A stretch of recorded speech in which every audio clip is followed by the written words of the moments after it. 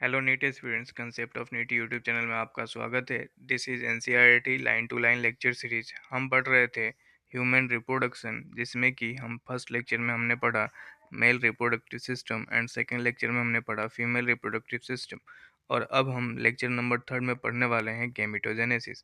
Gametogenesis जिसमें कि male reproductive system में स्पर्मेटोजेनेसिस एंड फीमेल रिप्रोडक्ट। अगर आपने lecture number one and lecture number two नहीं देखा है तो पहले आप lecture number one and lecture number two देखिए, उसके बाद लेक्चर नंबर थर्ड जो कि गेमिटोजेनेसिस आज स्टार्ट करने वाले हैं। So the first point in gametogenesis, gamete means the gamete formation, gamete and genesis means the formation. So the formation of gamete is called the gametogenesis. And next point, vitamin A and vitamin E is essential for the gamete formation, so you have to eat the source of the vitamin A and vitamin E. Next point, we know that the testis in male is primary organ and ovary in female is primary organ. So primary sex organ, testis and ovary, why this is called the primary sex organ? Because this organ produce the gamete. That's why this is called the primary sex organ. And we know that the testis in male produce sperm and ovary in the female is produce ovum. So the production of sperm and ovum in male और female respectively is called the gametogenesis. तो सबसे पहले हम spermatogenesis देखेंगे, उसके बाद oogenesis देखेंगे। So let start. In testis the immature male germ cell spermatogonia produce sperm by the spermatogenesis that begin at the puberty। सो मैंने आपको बताया था जो स्पर्मेटोगोनिया होते हैं, स्पर्मेटोगोनिया मीन्स ये एक प्लूरल नंबर है, बहुत सारे सेल्स होते हैं उसको स्पर्मेटोगोनिया बोलते हैं। और सिर्फ एक सेल होता है तो उसको स्पर्मेटोगोनियम बोलते हैं। लेकिन ये सेल होता कहाँ है? इस सेल का एक और नाम है, मैंने यह बताया था आपको, जर्म सेल। तो जर्म सेल कहाँ होता है? जैसे आपने देखा कि जो सेमिनिफेरस ट्यूबुल्स होते हैं, इस सेमिनिफेरस ट्यूबुल का इनर लाइनिंग जो होता है वो जर्म सेल होता है। अब ये जर्म सेल का दूसरा नाम है स्पर्मेटोगोनिया। मतलब बहुत सारे सेल हैं तो इसको स्पर्मेटोगोनिया बोल दिया, और एक सेल है तो इसको स्पर्मेटोगोनियम बोल दिया। सो द स्पर्मेटोगोनिया और the singular is called spermatogonium present on the inside wall of the seminiferous tubule multiply by mitotic division and increase in number। तो सबसे पहले स्पर्मेटोगोनिया जो होता है उसका काम क्या बचे कि जो सेमिनिफेरस ट्यूबुल है इसमें ये स्पर्मेटोगोनिया सेल जो है, सबसे पहला काम है इसका कि इसमें माइटोसिस डिवीजन होता है। और आपको पता है कि अगर माइटोसिस डिवीजन होगा तो एक सेल से दो सेल बनेगा, दो से चार बनेगा, और चार से आठ बनेगा। तो ऐसे नंबर इंक्रीज होते हैं। सबसे पहला काम है स्पर्मेटोगोनिया अपना नंबर इंक्रीज करता है with the help of mitosis division. Then each spermatogonium is diploid. So obviously बात है जो स्पर्मेटोगोनियम है वो डिप्लॉयड होते हैं। ठीक है, diploid means the content is 46 chromosome and some of the spermatogonia called primary spermatocyte. Means कि अब आप यहाँ पे डायग्राम से समझो कि यहाँ पे जो लाइनिंग है ये है सेमिनिफेरस ट्यूबुल का वाल, इससे यहाँ पे जो सेल अटैच रहता है इसको बोलते हैं स्पर्मेटोगोनिया, स्पर्मेटोगोनियम। एक को स्पर्मेटोगोनियम बोलते हैं। अब ये स्पर्मेटोगोनियम जो है आगे जाकर डेवलप होता है किसमें? प्राइमरी स्पर्मेटोसाइट में, प्राइमरी स्पर्मेटोसाइट में। तो सबसे पहले समझो कि स्पर्मेटोगोनियम का जो नंबर ऑफ क्रोमोसोम है वो 46 ही है, मीन्स कि ये डिप्लॉयड ही है। और जो प्राइमरी स्पर्मेटोसाइट है ये इसमें डिफरेंशिएट हुआ है, प्राइमरी स्पर्मेटोसाइट इसमें डिफरेंशिएट हुआ है, मीन्स कि जो प्राइमरी स्पर्मेटोसाइट है इसका भी नंबर ऑफ क्रोमोसोम 46 ही होगा। ये पॉइंट आपको इस चार्ट से समझ में आएगा। जैसे यहाँ पे देखो स्पर्मेटोगोनिया माइटोसिस डिवीजन हो रहा है, और माइटोसिस डिवीजन के बाद यहाँ पे लिखा है डिफरेंशिएशन, मीन्स कि स्पर्मेटोगोनिया में माइटोसिस डिवीजन हुआ। माइटोसिस डिवीजन क्यों हुआ? क्योंकि बहुत सारे नंबर ऑफ स्पर्मेटोगोनिया बने। लेकिन डिफरेंशिएशन कहने का मतलब कि यहाँ पे कुछ स्पर्मेटोगोनिया हैं जो स्पेशल स्ट्रक्चर में कन्वर्ट होते हैं जिसको प्राइमरी स्पर्मेटोसाइट बोलते हैं। स्पेशल स्ट्रक्चर क्यों बोला? क्योंकि प्राइमरी स्पर्मेटोसाइट में कन्वर्ट हो गया तो ये प्राइमरी स्पर्मेटोसाइट सेकेंडरी बनाएगा, सेकेंडरी से स्पर्मेटिड बनाएगा और देन स्पर्म बनाएगा। सो माइटोसिस एंड डिफरेंशिएशन के बाद प्राइमरी स्पर्मेटोसाइट बनना इज इम्पोर्टेंट प्रोसेस। और ये भी पॉइंट याद रखना है कि स्पर्मेटोगोनिया डिप्लॉयड होता है और प्राइमरी स्पर्मेटोसाइट भी डिप्लॉयड होता है, क्योंकि अभी तक इसके बीच में सिर्फ माइटोसिस डिवीजन होता है। ठीक है। जब तक मियोसिस स्टार्ट नहीं होगा तब तक रिडक्शन डिवीजन नहीं होता है। So the next point, some of the spermatogonia called primary spermatocyte which is periodically undergo the meiosis and primary spermatocyte which is 2n complete its first meiotic division which is called the reduction division and leading to the formation of two equal haploid cell called the secondary spermatocyte। अब आपको यहाँ पे ploidy level याद रखना है। Primary spermatocyte is diploid and secondary spermatocyte is haploid. अब आप यहाँ पे समझो कि जो प्राइमरी स्पर्मेटोसाइट है, ये प्राइमरी स्पर्मेटोसाइट में पहला मियोसिस डिवीजन हुआ। पहला मियोसिस डिवीजन M1 बोल सकते हो। अब मियोसिस M1 मियोसिस होने के बाद जो सेकेंडरी स्पर्मेटोसाइट बना, इसका क्रोमोसोम नंबर रिड्यूस हो गया और रिड्यूस होकर हाफ हो गया। मीन्स प्राइमरी के पास 46 क्रोमोसोम थे, सेकेंडरी के पास 23 क्रोमोसोम हो जाएंगे। एंड देन सेकेंडरी स्पर्मेटोसाइट में क्या होगा, फिर से मियोसिस 2 होगा। सेकेंडरी स्पर्मेटोसाइट में मियोसिस 2 होगा और फिर स्पर्मेटिड सेल बनता है। एंड इस स्पर्मेटिड सेल में टेल ऐड हो जाता है तो इसको स्पर्मेटोजोआ या स्पर्म बोलते हैं। ठीक है। तो अब यहाँ पे कुछ प्रोसेस आपको ध्यान रखना है। फॉर एग्जांपल, प्राइमरी स्पर्मेटोसाइट से स्पर्मेटिड बनता है तो इसको स्पर्मेटोसाइटोजेनेसिस बोलते हैं। देन स्पर्मेटिड बनने के बाद ये स्पर्मेटिड स्पर्म जैसे स्ट्रक्चर में डिफ्रेंशिएट होता है। तो सिर्फ स्पर्मेटिड से स्पर्म बनने के प्रोसेस को स्पर्मियोजेनेसिस बोलते हैं। स्पर्मियोजेनेसिस आपको ध्यान रखना है।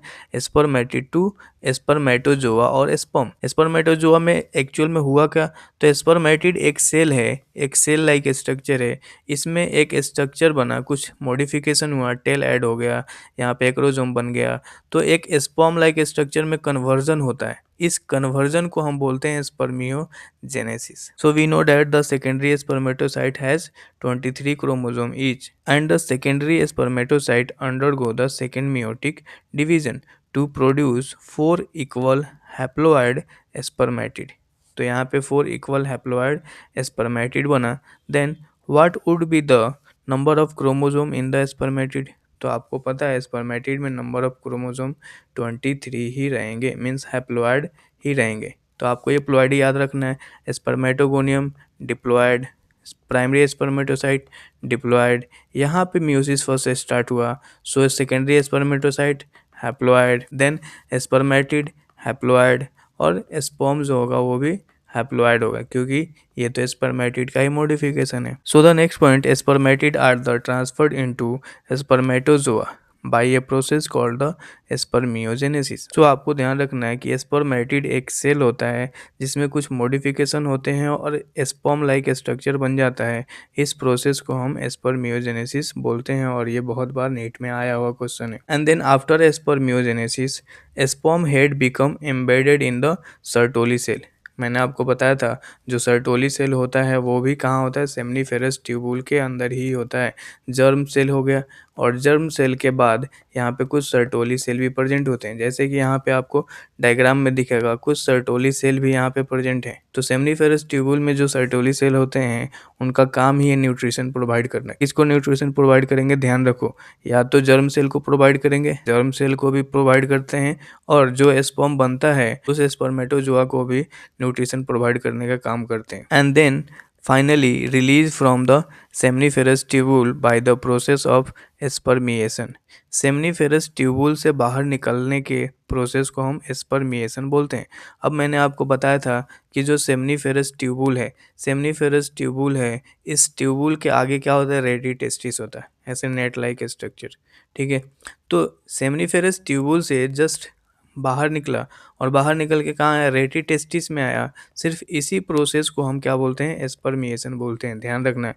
ठीक है। टेस्टिस से बाहर नहीं आ रहा है, सिर्फ सेमनीफेरस ट्यूबुल से बाहर आ रहा है, कहाँ, रेटी टेस्टिस पाथवे में। इसको हम क्या बोलते हैं, स्पर्मिएशन बोलते हैं। सो यहाँ पे जो भी हमने प्रोसेस देखा उसको हम स्पर्मेटोजेनेसिस बोलते हैं। स्पर्मेटोजेनेसिस का मतलब होता है कि स्पर्मेटोगोनिया सेल से स्पर्म तक के बनने के कंप्लीट प्रोसेस को स्पर्मेटोजेनेसिस बोलते हैं। लेकिन ये प्रोसेस अब ऐसे नहीं होता है, इसमें कुछ हार्मोन्स हेल्पफुल होते हैं। विदाउट हार्मोन के हेल्प से स्पर्मेटोजेनेसिस होता नहीं है। Then the spermatogenesis start at the age of puberty, और मेल में प्यूबर्टी 14 ईयर टू 15 ईयर को हम कंसीडर करते हैं। Then due to significant increase in the secretion of gonadotropin releasing hormone. Gonadotropin releasing hormone आपको पता होगा, ये एक हाइपोथैलेमिक हार्मोन होता है। If you recall it is a hypothalamic hormone. Gonadotropic releasing hormone is a hypothalamic hormone. Gonadotropic releasing hormone का काम क्या होता है? ये एंटेरियर पिट्यूटरी को एक्टिवेट करते हैं, एंटेरियर पिट्यूटरी को स्टिमुलेट करते हैं और स्टिमुलेशन के बाद एंटेरियर पिट्यूटरी से LH एंड FSH को रिलीज करते हैं। सो एंटेरियर पिट्यूटरी से दो हार्मोन रिलीज होता है, luteinising hormone and follicular stimulating hormone. लेकिन इसको रिलीज करने के लिए आपको ध्यान रखना है कि जब तक hypothalamic hormone gonadotropin releasing hormone इसको एक्टिवेट नहीं करेगा, स्टिमुलेट नहीं करेगा, तब तक ये रिलीज नहीं होंगे। और ये स्टिमुलेशन कब आता है? जब 14 टू 15 ईयर एज हो जाता है तो ये स्टिमुलस जनरेट होता है। तो हमें पता है कि एंटीरियर पिट्यूटरी ग्लैंड से LH सीक्रेट हो गया, FSH सीक्रेट हो गया। तो इन दोनों हार्मोन का काम क्या है स्पर्मेटोजेनेसिस में? सो LH act at the Leydig cell. हमें पता है कि लेडिंग सेल दो सेमनीफेरस ट्यूबुल के बीच में जो स्पेस होता है वहाँ पे प्रेजेंट होता है। तो LH सबसे पहले लेडिंग सेल को एक्टिवेट करता है and stimulate the synthesis and secretion of androgen. Leydig cell हमें पता है कि क्या सिक्रेट करता है? एंड्रोजन। और एंड्रोजन का चीफ कंपोनेंट टेस्टोस्टेरोन होता है। तो LH सबसे पहले किस पे? लेडीज सेल पे काम करता है और एंड्रोजन रिलीज करता है and this androgen in turn to stimulate the process of spermatogenesis. Androgen stimulate करता है स्पर्मेटोजेनेसिस में। अब ये जो एंड्रोजन है ये एक मेल हार्मोन होता है, तो मेल कैरेक्टर भी डेवलप होना स्टार्ट हो जाते हैं at the time of puberty because androgen is a male hormone. And then LH के बाद FSH act on the Sertoli cell. तो हमें पता है कि सर्टोली सेल कहाँ होता है बच्चे? Sertoli cell present inside the seminiferous tubule. तो सर्टोली सेल को स्टिमुलेट करता है। So Sertoli cell secrete some factor which help in the process of spermiogenesis. ये बहुत ही ज़्यादा इंपॉर्टेंट है। स्पर्मियोजेनेसिस, स्पर्मियोजेनेसिस क्या होता है? मैंने अभी बताया था, स्पर्मेटिड से स्पर्म बनना मीन्स स्पर्मेटोजोआ बनना। जोआ मीन्स स्पर्म, ठीक है। तो स्पर्मेटिड से स्पर्म बनने के प्रोसेस को स्पर्मियोजेनेसिस बोलते हैं और इसको कौन स्टिमुलेट करता है? FSH। मैंने पहले ही बताया था सर्टोली सेल का काम क्या होता है? एंड्रोजन बाइंडिंग प्रोटीन को सीक्रेट करना। एंड्रोजन बाइंडिंग प्रोटीन जब स्पर्मेटिड से अटैच्ड होता है तो उसका कन्वर्जन स्पर्मेटोजोआ में होने लगता है। मैंने एक और बात बताया था, जो सर्टोली सेल है वो इनहिबिन हार्मोन भी सीक्रेट करता है। अब इनहिबिन हार्मोन कब सीक्रेट करेगा? तो जब लार्ज अमाउंट में स्पर्म का प्रोडक्शन हो जाएगा, बहुत सारा स्पर्मेटोजोआ बन जाएगा, तो Sertoli cell inhibin hormone secrete करेगा और ये इनहिबिन हाइपोथैलेमस को जाएगा और हाइपोथैलेमस से गोनाडोट्रोपिन रिलीजिंग हार्मोन को स्टॉप कर देगा। गोनाडोट्रोपिन रिलीजिंग हार्मोन को स्टॉप किया तो LH सीक्रेट होना बंद हो जाएगा एंड FSH सीक्रेट होना बंद हो जाएगा और LH और FSH सीक्रेट होना बंद होगा तो स्पर्म का प्रोडक्शन रुक जाता है। आई होप आपको स्पर्मेटोजेनेसिस समझ में आया होगा। और सबसे ज़्यादा इम्पोर्टेंट है इसका हार्मोन एक्शन। हार्मोन एक्शन बहुत ही ज़्यादा इंपॉर्टेंट है। अगर आपको समझने आए तो वीडियो को रिपीट करके ये वाला सेक्शन ज़रूर देखो, क्योंकि इससे निगेटिव मार्किंग हो ही जाते हैं अगर आपने अच्छे से नहीं समझा तो। सिंपल सा पॉइंट है, LH कहाँ एक्ट करता है और FSH कहाँ एक्ट करता है। कुछ पॉइंट्स आपको ध्यान रखने हैं। फॉर एग्जांपल सेमनीफेरस ट्यूबुल से स्पर्म बाहर आता है तो उसको स्पर्मिएशन बोलते हैं एंड टेस्टिस से बाहर आने के प्रोसेस को सेमिनेशन बोलते हैं एंड मेल बॉडी से बाहर आने को इजेकुलेशन बोलते हैं। और एक और टर्म आता है insemination. Insemination means the transfer of sperm into the female genital tract, which is the vagina. So keep in mind all these points. So spermatogenesis process में हमने spermatozoa फॉर्म किया था, spermatozoa को ही हम sperm बोलते हैं. So next point, structure of sperm. Let us examine the structure of sperm. It is microscopic structure, means you cannot see by your naked eye, and sperm is composed of head, neck, middle piece and tail. So this is the head and neck, middle piece and tail. A plasma membrane is enveloped with the whole body of the sperm. A plasma membrane is enveloped the whole body of the sperm, and the sperm head contain a elongated haploid nucleus. Keep in mind, because this is important for the NEET exam, the sperm head contain elongated haploid nucleus and the anterior portion of head which is covered by a cap-like structure which is called acrosome.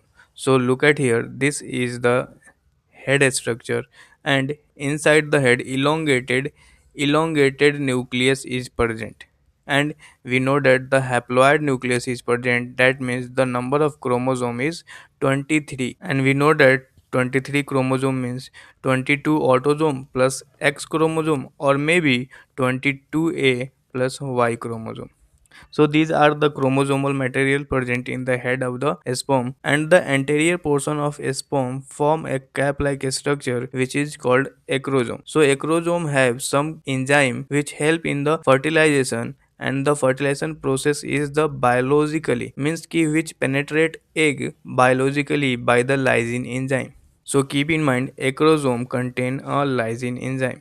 And then we know that neck is a connection between the head and the middle piece. So neck has two centriole, and these centriole have a specific function. What is specific function? Means there is two centriole, one is proximal, second is distal. Means the centriole situated toward the head is called the proximal, and the centriole present toward the middle piece is called the digital centriole. And these centriole have a specific function. Means during the fertilization, the entry of head in the egg with the proximal centriole, and these centriole help in the cleavage of zygote. And the digital centriole form a filament of tail which is responsible for the movement of the sperm. And the middle piece has mitochondria, which is a source of energy for the swimming of sperm, and mitochondria present in the middle piece in the form of Niebenkern sheath. So the next point, the middle piece possesses numerous mitochondria which produce energy for the movement of tail, and that facilitate sperm motility essential for the fertilization. सो हमें पता है कि जो sperm होते हैं उसकी movement क्यों important है। फॉर एग्जांपल वेजाइनल से इंटर करते हुए ये यहाँ पे फैलोपियन ट्यूब में पहुँचता है, और फैलोपियन ट्यूब में एम्पुला वाले रीजन्स पे मीन्स कि फैलोपियन ट्यूब का थ्री पार्ट होता है, स्टेमस, एम्पुला एंड इनफंडिबुलम। तो स्पर्म एम्पुला रीजन में पहुँचता है, और यहाँ से ओवम कलेक्ट होके ओवम भी यहाँ एम्पुला रीजन में पहुँचता है, और इसी एम्पुला रीजन में फर्टिलाइजेशन होता है। इस वजह से स्पर्म की मोटिलिटी बहुत ज़्यादा इंपॉर्टेंट होती है। So sperm motility help in the fertilization.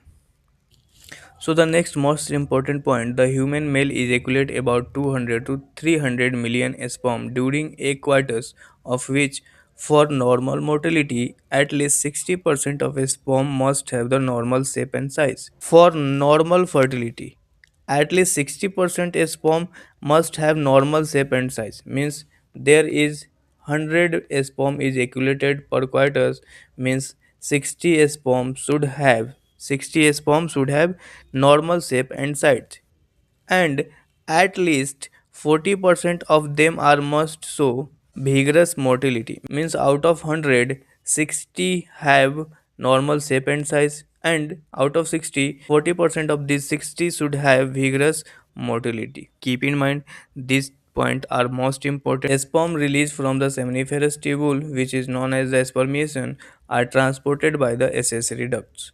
And the next point, next most important, secretion of epididymis, vas deferens, seminal vesicles, and prostate are essential for the maturation and motility of the sperm. ये आपको statement में पूछा जा सकता है। Secretion of epididymis, vas deferens, seminal vesicles and prostate are essential for the maturation of motility of the sperm. And the next point, the seminal plasma along with the sperm constitute the semen. So you have to remember that semen is what? The seminal plasma plus sperm is constitute to form a semen. And the function of the male accessory duct and gland are maintained by the testicular hormone is called the androgen. And मैंने बताया था आपको androgen is a male sex hormone. So keep in mind, and the chief constituent of androgen is a testosterone, which is a male sex hormone. So the next point is oogenesis. So we will study in next lecture. Stay connected, like and subscribe these lectures and share to your friends. Stay connected with us and do hard work and be consistent until you get MBBS.